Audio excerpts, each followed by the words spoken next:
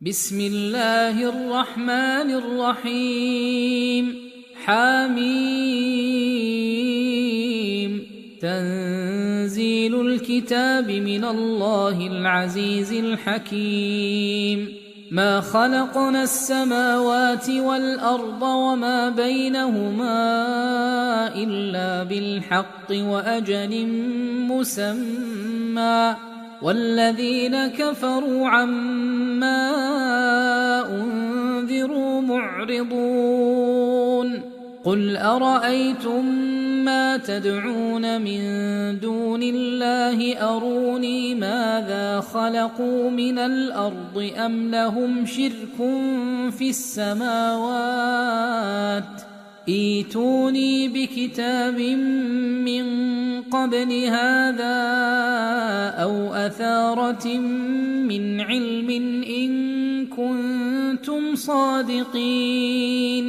ومن أضل ممن يدعو من دون الله من لا يستجيب له إلى يوم القيامة وهم عن دعائهم غافلون وإذا حشر الناس كانوا لهم أعداء وكانوا بعبادتهم كافرين وإذا تتلى عليهم آياتنا بينات قال الذين كفروا للحق لما جاءهم هذا سحر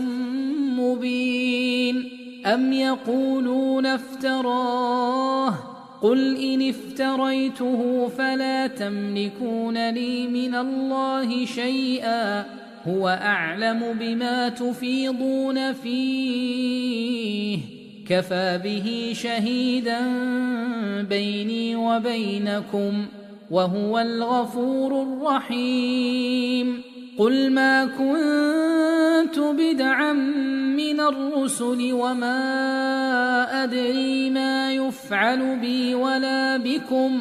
إن أتبع إلا ما يوحى إلي وما أنا إلا نذير مبين قل أرأيتم إن كان من عند الله وكفرتم به وشهد شاهد من بني إسرائيل